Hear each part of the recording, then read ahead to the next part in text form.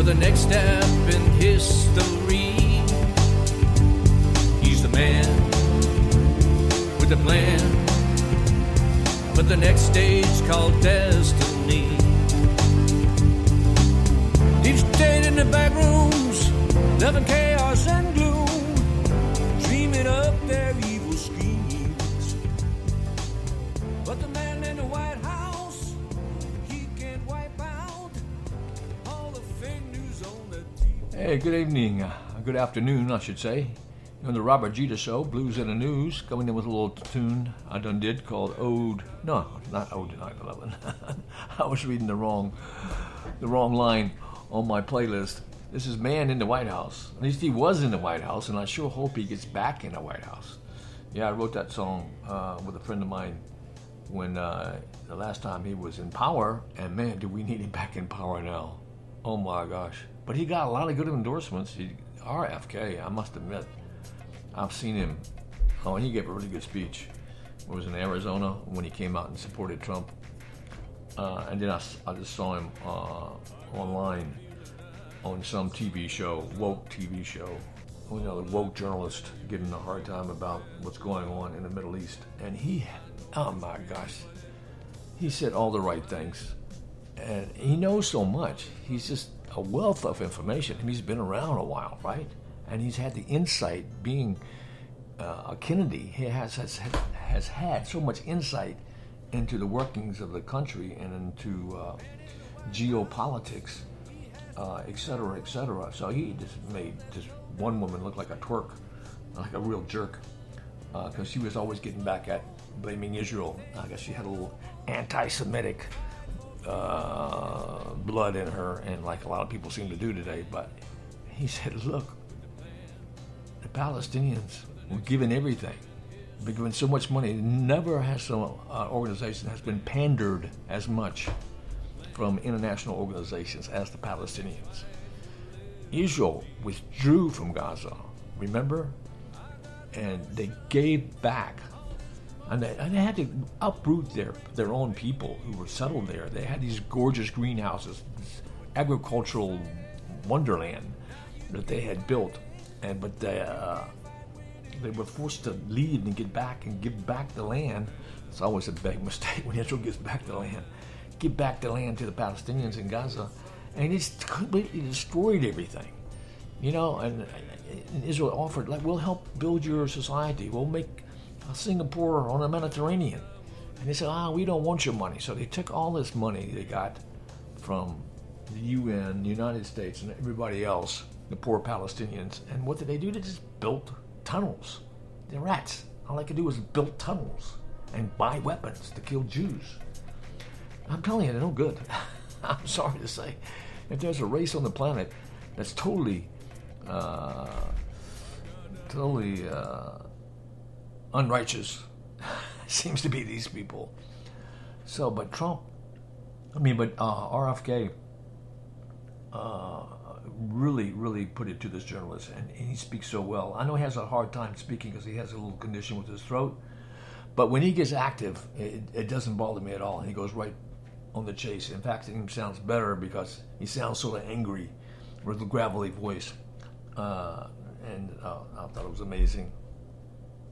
And then also today, Tulsi Gabbard came out.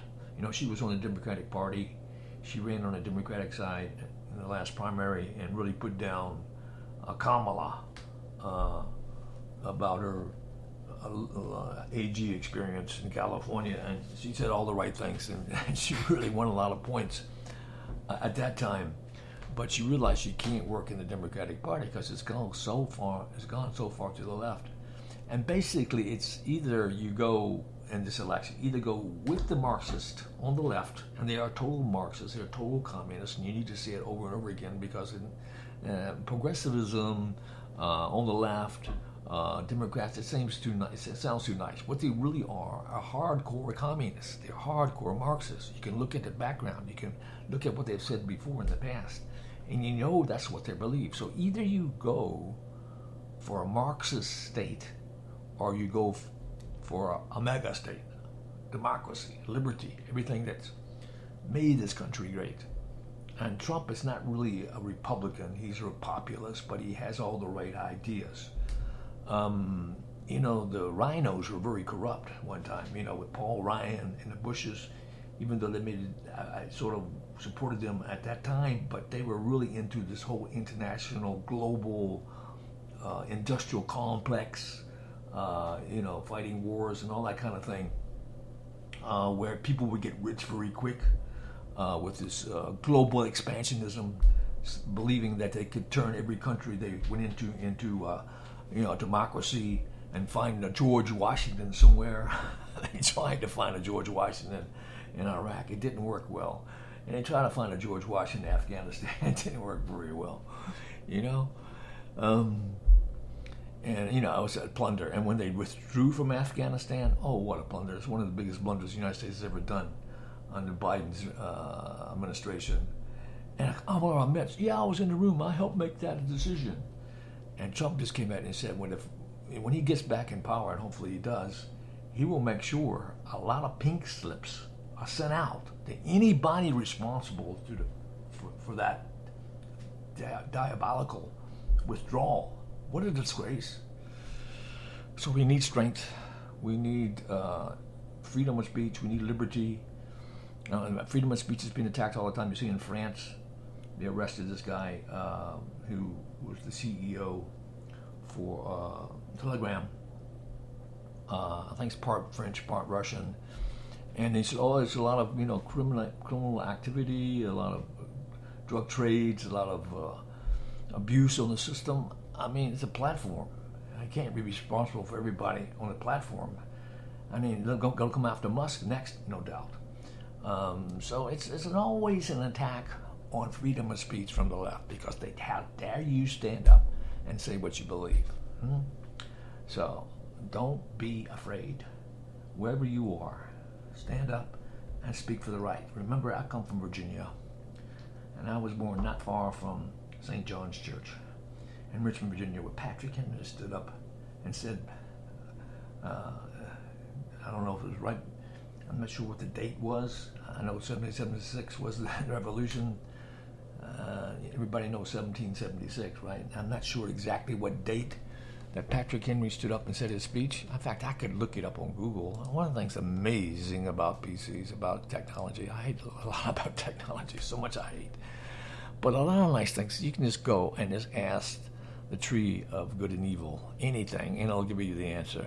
When did Patrick Henry give his speech? It's already there, so they know what question I asked. So it was March the 23rd, 1775. And that was his give me liberty or give me death speech. It was a rallying cry for the revolution. And that's why you need freedom, because without it, you'll live under tyranny. And do I have a copy of that speech? Maybe I'll repeat it here. Let me see if you have to listen to. I could play it for you. But anyway, it says, I don't care. I don't find actually a copy of the exact speech. But anyway, I mean, everybody's heard it before. Give me liberty or give me death. So you have to come to that conclusion that we're living in desperate times, and that we're at that edge where either we stand up and fight, or we're doomed to live under tyranny. And you don't want to live under tyranny, because it only means death and chaos and destruction and misery. So fight hard. Wherever you are, and whatever capacity you can do it in. I do this little podcast. I write tunes, whatever I can do, just to get out the word. I'll put a Trump sign in front of my house. I have a friend who's running for the State House in Georgia, Dr. Z. So I'm voting for him. I'm supporting him, putting his sign out, doing whatever I can, to spread the word.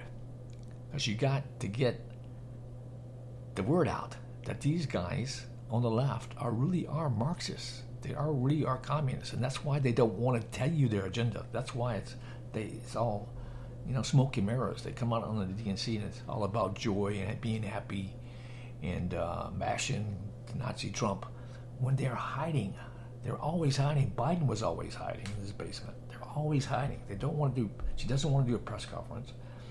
I don't even know if Trump is going to debate anyhow because this is an argument about the ABC debate on ABC because they wanted the power to mute the mics or something. I don't know. It could be a setup. So I just don't really need to do it, So maybe there won't even be a debate. Who knows? But I know for sure that the only solution is the Trump solution. And as far as the political situation in the United States and in the world too, because in the United States it really affects so much what happens in the world. So with that, I'll go off for today. I hope you're having a nice beginning of the week. Hope your Monday has not been too much of a blue Monday.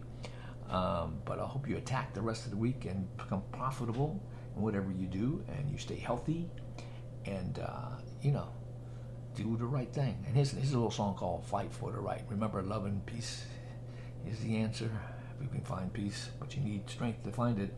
And also, hate is the enemy. There's so much hate out there. Anyway, little tune I did called "Fight for the Right," and I'll play that on the way out. I'll see you next time. This is Robert Jeter on the Robert Jeter Show, Blues in the News.